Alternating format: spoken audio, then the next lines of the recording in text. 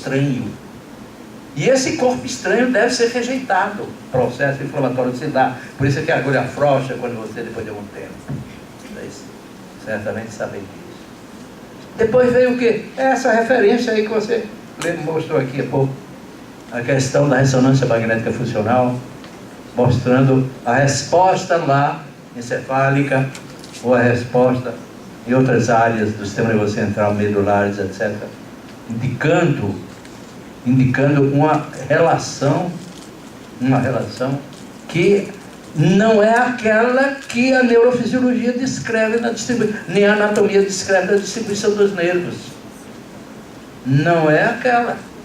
Claro que existe também a participação nervosa, sim, mas não é aquela que a anatomia simplesmente descreve. Certo? Tudo isso faz com que a busca por um caminho de explicar se fortaleceu, inclusive com uma série de outras coisas que estão sendo prestigiadas. A física moderna, a física de Planck, dita quântica,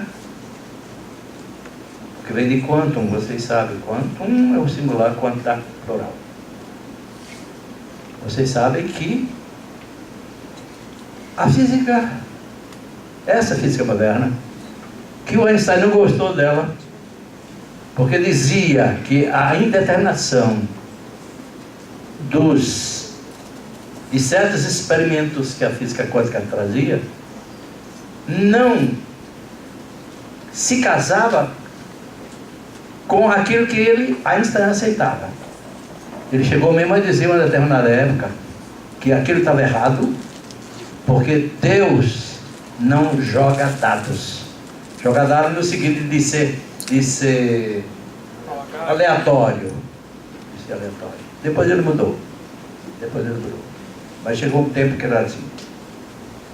Bem, então, hoje em dia, o que é que nós temos? Hã?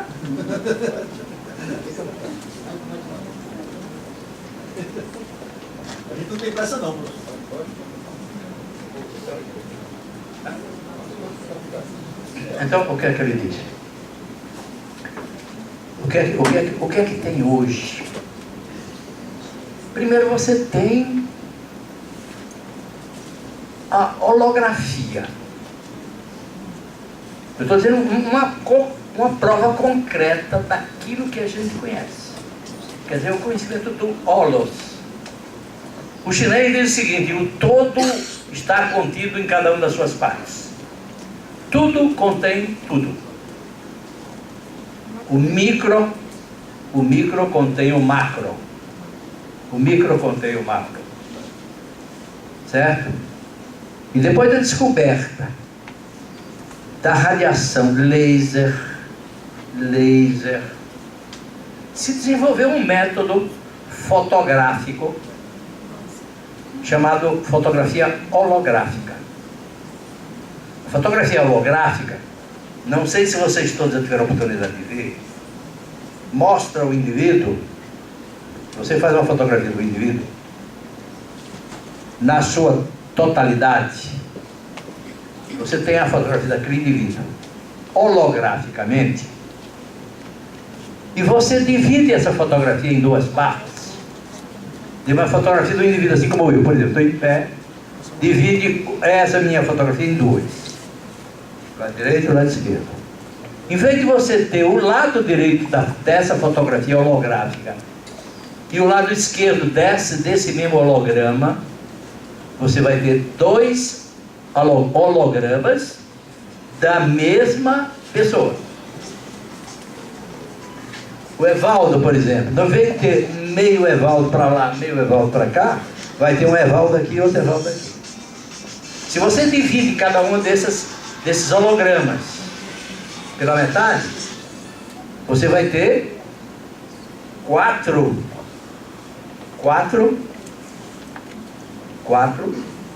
Evaldos. E assim sucessivamente.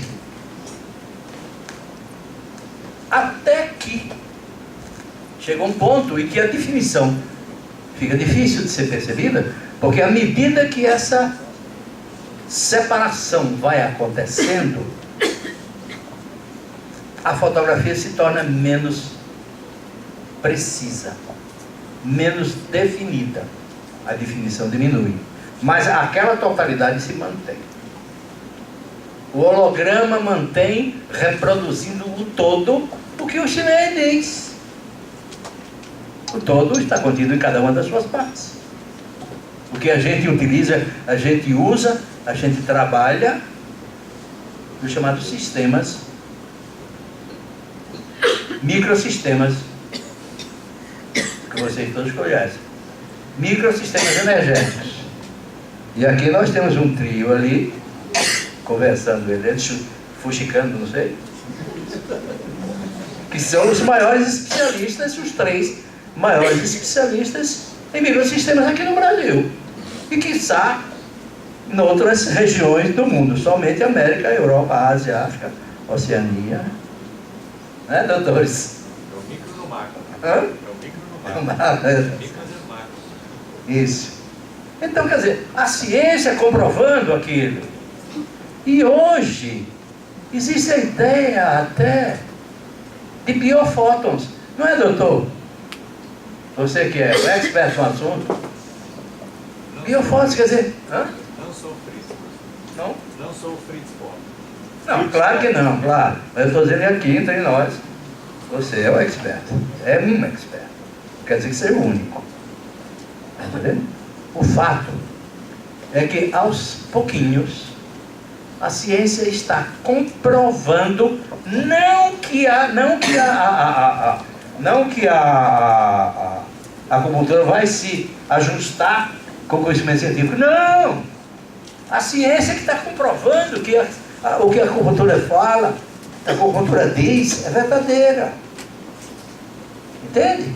A acupuntura diz e a ciência comprova. Com outra linguagem, com outras expressões, com outros métodos, mas sempre confirmando aquilo que a tradição nos mostra e nos ensina. Há muita má vontade por parte daqueles que pesquisam. Ainda há muita má vontade. O indivíduo pesquisa para dizer que é mentira. Aí quando comprova que é verdade, diz o seguinte, como eu tenho um monte de outro ali de recortes que não tem aqui comigo, que é o seguinte, mas foram poucos os casos tratados, a pesquisa foi muito restrita, só 400 mil, é pouco. Eu estou exagerando de propósito, estou brincando de propósito, mas eu tenho uma experiência que trata de 3 mil pessoas, portadores de enxaqueca, um que faz acupuntura e outro não faz acupuntura, e usa os métodos comuns e compara um com outro grupo e diz que parece que a acupuntura funciona, mas ainda é incerto o resultado. Isso é má fé, né?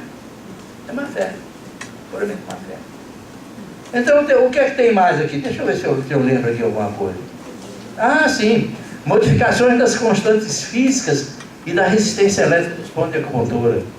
Nos pontos de acupuntura você tem uma mudança de características físicas. A resistência à eletricidade é menor. A resistência à passagem do calor também é menor. Por isso é que a gente utiliza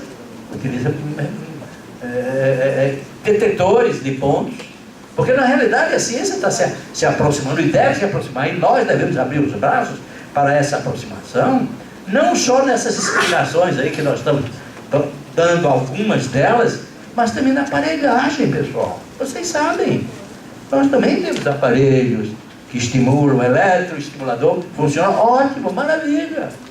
Maravilha, que bom, vamos usar. Qual é o inconveniente? Falta o que é que falta? Não está completo, não está perfeito. Não, só será perfeito a partir do momento em que a ciência mudar o seu paradigma, na sua totalidade, aceitar a realidade da energia vital. A energia vital tem que ser reconhecida como verdadeira por parte da ciência. Enquanto essa energia vital não for reconhecida, não haverá grandes progressos, a não ser esses progressos que eu chamo ainda de miúdos. Certo? Agora você vê o seguinte, outro passo. A fotografia Kirlian. A Kirliangrafia. Fotografia Kirlian, vocês conhecem, sabem isso perfeitamente, quer dizer, passa a corrente elétrica na estrutura viva e fotografa, e a partir daquilo ali surge, além da própria estrutura, um halo luminoso, brilhante ou não brilhante, e no próprio corpo da fotografia, pontos mais brilhantes, etc. Fotografia holográfica, fotografia Kirliangrafia, que foi descoberta por um casal russo, o Semyon e a Valentina Kirlian, durante a guerra. Eu acho que ainda a Kirliangrafia ainda não é capaz de mostrar a totalidade da acupuntura, mas tem coisas já muito boas. Eu quero dizer para vocês o seguinte, que a primeira pesquisa sobre a Kirliangrafia e a acupuntura feita no mundo foi feita aqui no Brasil pelo Frederico Lispert, quer dizer, o nosso grupo, né? O Frederico à frente. Frederico, eu e o Ari. Nós fizemos, alguns amigos nossos, colegas de medicina, tem um médico no meio. E nós fizemos a seguinte experiência com a Kirliangrafia. Nós estimulamos os pontos de tonificação dos meridianos pulmão, circulação, sexualidade e coração. Diferentes indivíduos. 15 dias depois, nesses mesmos indivíduos, nós fizemos a pesquisa dos mesmos meridianos terminais, os pontos terminais, que é incluído aí o ponto TINC, do pulmão foi o polegar, vocês sabem, né? Circulação, sexualidade foi o dedo médio e o mínimo foi o coração. Nós fizemos nesses indivíduos saudáveis o ponto de sedação. Usando a regra dos pontos, não foram os pontos estacionários, foi o ponto de sedação, tonificação. Fazia o estímulo e fazia a fotografia aqui. Fazia o estímulo do outro ponto, fazia a fotografia. 15 dias depois, fazíamos a fotografia dos mesmos dedos, mas estimulando os pontos diferentes. E mostrou-se a diferença de figura de fotogramas quando dá tonificação e quando dá sedação. Nós apresentamos esse trabalho em 1975, num congresso que foi realizado em Berlim. E depois o Frederico levou esse trabalho e apresentou num congresso de acupuntura que foi realizado no Canadá. Atualmente se faz já, quer dizer, mostrando que alguma coisa acontece quando se faz o estímulo de acupuntura. Já existem muitas pesquisas no sentido da fotografia do tratamento de determinadas afecções. O indivíduo que tem um processo de enxaqueca, por exemplo, antes do tratamento, depois do tratamento.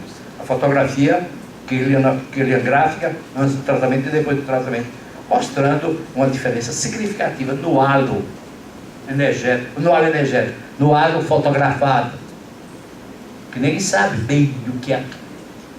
Dizer-se que aquilo é ponto de acupuntura não é verdade. Não é verdade. Muda um halo. Agora, esse halo é o corpo energético. Eu tenho minhas reservas. Eu não aceito ainda. Pode ser que no futuro, com o desenvolvimento da fotografia holográfica, da fotografia kirliangráfica, possa definir melhor. Mas no momento, se você comparar, agora que modifica esse halo, modifica. Agora que esse halo seja o corpo energético, para mim ainda não tem uma aceitação plena. Mas é um passo. Nós não vamos dar saltos gigantescos nessa pesquisa científica, mas estamos tendo. A questão A questão dos biofótons. Você não vem cá. Vem cá. Você, gostei. Fala alguma coisa a respeito do biofóton. Você que é o expert do assunto. Estou Grandelli. Inicialmente, boa tarde a todos. Bom, eu fui eleito especialista agora em biofótons. Eu me sinto lisonjeado. Né? Não, o jornal oficial, né? O jornal oficial já publicou. Já publicou? Já. Tá certo. Vai ganhar, tá aí. Bom, pessoal, os biofótons. Os biofótons, na realidade, foi um trabalho feito na Alemanha por dois pesquisadores, o Fritz Albert Popp e o Lia Prigogine, né, que inclusive ganhou o prêmio Nobel. E foi amigo de um amigo meu. E amigo, quer dizer, pessoa importantíssima, esse cara. Não, são parentes. E esse amigo, grande físico brasileiro, seria prêmio Nobel, junto com ele, com o Prigogine, se não tivesse vindo dos Estados Unidos para cá. Mas ele, eu digo, você vai muito pouco, filho, para cá. Mário Schenbeck, pernambucano, viu? Nordestino. Hã? Pernambucano, gente. Bom, você sabe que a capital intelectual do Nordeste é Pernambuco, né?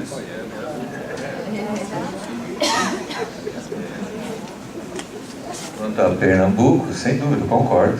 Né? Inclusive, a pessoa mais especial que eu conheço é recifense, pernambucano. Que Está ali em pé. está em pé ali, assim, entusiasmado com essa surpresa, né, que eu não sabia. Mas, enfim, voltando ao tema, pessoal, os biofótons foi um trabalho, portanto, sério, feito na Alemanha, e teve um prêmio Nobel, que é o Lia Prigogine, né, e que, na ocasião, a intenção era se provar uma questão importante na época, na Alemanha, foi nos anos 80, sobre a homeopatia. Vocês sabem que a homeopatia tem alguns princípios que quebram ou que fogem um pouco daquela regra da medicina convencional.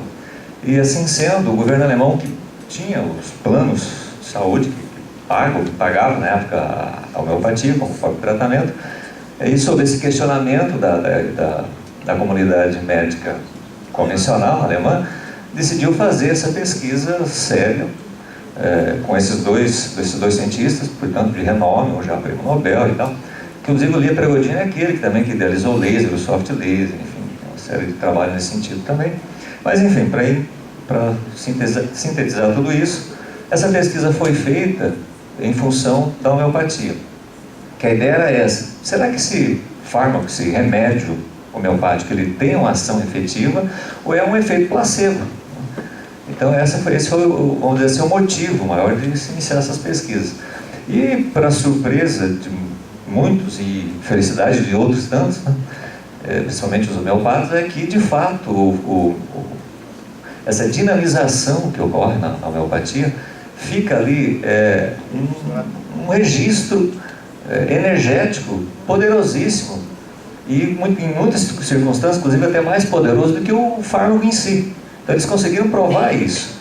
E, paralelamente a isso, eles começaram a ter também a ideia de que aquele corpo energético falado nas medicinas orientais, como a medicina Ayurveda e a medicina chinesa, também tinha fundamento em função disso. Porque essas pesquisas demonstraram que cada célula do nosso organismo, ela projeta ondas eletromagnéticas e que se caracterizam, na realidade, como uma comunicação por meio de fótons mesmo. Por isso a questão de biofótons, ou seja, o corpo vivo emanando e gerando fótons. E que isso é numa velocidade acima da luz, e que aí se justifica aquilo que a biologia tradicional não conseguia justificar. Como que a comunicação de todo esse conjunto de células do organismo, são 100 trilhões de células, conseguiam ter uma ideia, por exemplo, quando ocorre a apoptose, ou seja, a morte de uma célula, todas as células do organismo ficam sabendo disso. E se isso fosse uma comunicação bioquímica, só seria possível depois de um tempo muito longo. E isso provando e confirmando, de certa forma, que a comunicação entre as células não é uma comunicação bioquímica. Isso não seria possível pela comunicação bioquímica. E que só seria possível através dessa possibilidade de cada célula emanar aí É uma mensagem em forma de fóton energética ou na forma de fótons biológicos, por isso o termo biofótons. Inclusive, um trabalho interessante, que eles, apesar de não terem feito um trabalho específico da acupuntura, eles relatam e citam que nesta transmissão energética, dessa informação energética, possivelmente os chineses têm razão de que há canais preferenciais dessas informações, e esses canais preferenciais seriam os próprios meridianos da acupuntura. Ou seja, um trabalho que não foi feito direcionado para a acupuntura, mas de qualquer sorte ajudou muito nesse contexto, né, de que há essa possibilidade desse corpo energético, enfim, ter essa interação, essa integração dentro de um todo. E que, de certa forma, portanto, esse corpo energético, esse contexto energético, ele é não só representado, mas integrado por esses canais preferenciais chamados meridianos, e os pontos de acupuntura seriam os locais dessa comunicação com o meio extracorpóreo, ou seja, favorecendo essa integração com o próprio ambiente. De certa maneira, em linhas gerais, é o que basicamente nós, dentro da tradição, acabamos mencionando. Então, em síntese, essa é a ideia dos biofótons. Assim, tem um contexto todo, mas para não se delongar mais, essa seria a ideia. Certo, professor? Obrigado. Obrigado, mas eu acredito que seja, digamos, eu acho que no momento é o último estágio, né, que a ciência está hoje. Mas a partir daí virão outras coisas. Eu gostaria de lembrar aqui uma série de outras coisas, e algumas delas já mencionadas, que é exatamente aquilo que a ciência aceita e que a nossa tradição reconhece desde há muito. Primeiro, a identidade entre matéria e energia. Identidade entre matéria e energia. Matéria e energia são a mesma coisa, certo? Partícula e onda. Partícula e onda. Einstein falou de uma maneira mais, vamos dizer assim, mais clara no início, e hoje a física quântica é muito mais precisa, né? Vocês sabem que a energia T vai se transformar vai se condensar até a estruturação da substância viva, até a estruturação do protoplasma, até a estruturação dos componentes celulares, etc, etc, etc. Então, segundo, outra coisa que a acupuntura já nos diz há muito, e que a ciência está reconhecendo, que o universo é limitado e é curvo. Vê o Tai Chi. Está ali, ó. O Tai Chi. O universo, aquilo ali, o Tai Chi é o universo. É limitado, não é ilimitado. Ele está em expansão. A ciência reconhece que o universo está em expansão. E o universo é curvo. E outro mais, está em contínua transformação. Está em contínua transformação. A mutação é a regra. A única coisa que não muda é essa regra. A única coisa que não muda é essa regra. Que tudo está em mutação. Segundo, tudo é relativo. Não existe o absoluto. Dentro do yin você tem o yang, dentro do yang você tem o yin. E essa ideia de relatividade, a ideia de não absoluto, de não perfeição, é recente, pessoal, aqui pela ciência. Isso não tem 100 anos. Tem 100 anos, isso não é nada. Nada. Se você compara que a acupuntura tem pelo menos 5.000 anos de história conhecida e sei lá quanto mais de história desconhecida. A linguagem binária do Yang e do Yin, da informática,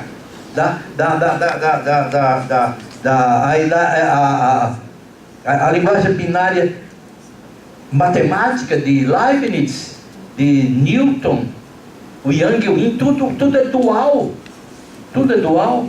Isso Leibniz e Newton estudaram isso de uma maneira muito precisa nos seus estudos matemáticos. Aliás, dizem que Leibniz e Newton andaram, os seguidores dele andaram brigando, porque um dizia que era o meu, o outro dizia não é seu, é meu, né? Sabe isso, não sabe? Da briga de Leibniz com Newton. Os fractais, a teoria dos fractais, que tudo está contido nas suas partes. Interessante, eu remeto a vocês a estudarem, tem um livro muito interessante chamado A Matemática do Caos, eu não sei qual é o autor, você lembra? É o Mandelbrot, não? Eu acho que é Mandelbrot. Mandelbrot. Isso. Então, a teoria do Ohlon quer dizer, aquela estrutura que representa de uma maneira muito clara a totalidade, é um pouco diferente da ideia é mais precisa do que a ideia do Ohlon, que é a ideia do fractal, que é do Arthur Koestler, que morreu, suicidou-se há uns 4, 5 anos atrás. Morreu, estava com 84 anos na minha idade. A mulher dele tinha morrido 2 anos atrás, 2 anos antes, ele entrou no estado de depressão. Aí disse, eu não tenho mais nada que fazer, pô, me deu um tiro na cabeça. Esse homem deve puxar a orelha dele, né? Quando eu me encontrar com ele, eu vou puxar você. Grande filósofo inglês, né? A interpenetração do espaço-tempo, quer dizer, espaço e o tempo não são absolutos e estão interpenetrados. O tempo é diferente, dependendo das circunstâncias, mas não é só o tempo psicológico, é o tempo físico. Se você pega um foguete, por exemplo, que vai a uma grande velocidade, digamos assim, 40 mil km por hora, é possível, 50 mil km por hora, é possível, e coloca, digamos assim, um relógio atômico que registra as horas com muita precisão e deixa aferido um relógio idêntico aqui na Terra, esse que dá a volta lá, faz 50 mil quilômetros, vai até, circunda a Lua algumas vezes, vai até, circunda o Sol e volta para a Terra. Esse relógio que estava no foguete marca um tempo menor do que aquele relógio que ficou aqui na Terra. Quanto mais rápido o deslocamento de um corpo, quanto mais rápido o deslocamento de um corpo, mais lento o tempo físico é.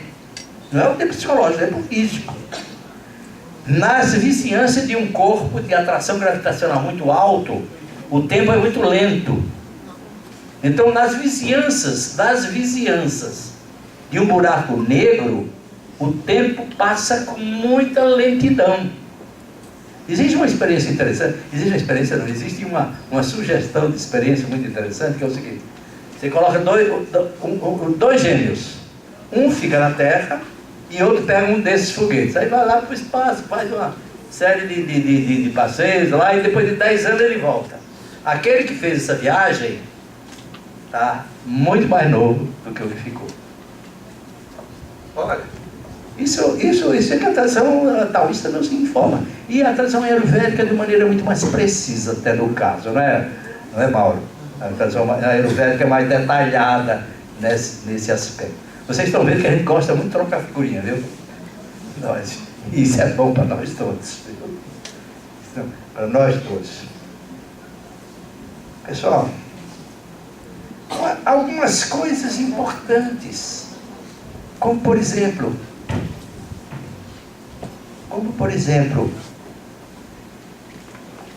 a sincronicidade que o Jung menciona.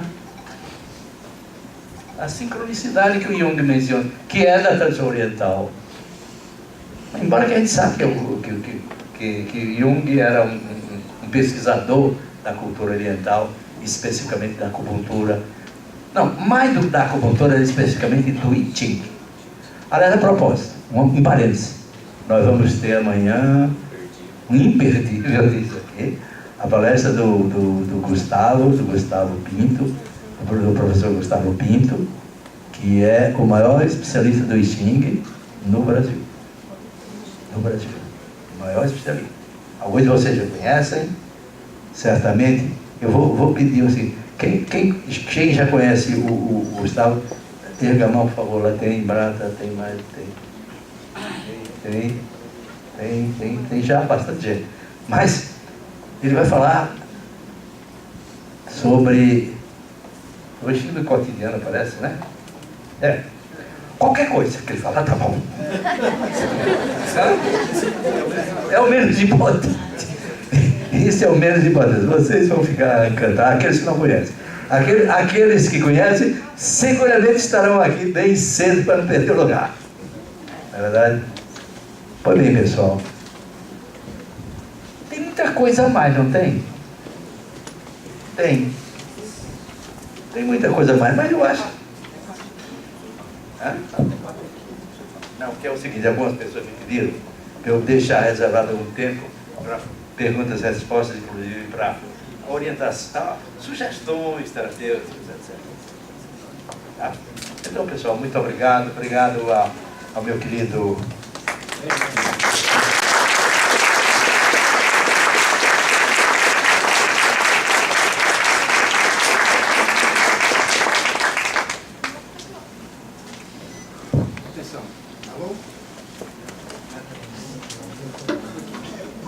As pessoas que quiserem fazer perguntas, levantem as mãos, que as moças com microfone sem fio vão passar e vão levar até vocês. Tem uma já aí com ele. É. Isso. Bom, tem um aqui com ele, vai começar por essa aqui. Tem a... Quer que eu leia?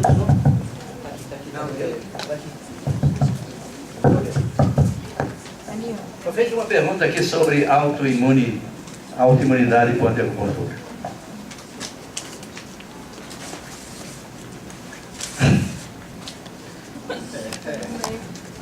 Eu respondi há pouco. Deu sugestão de alguns pontos.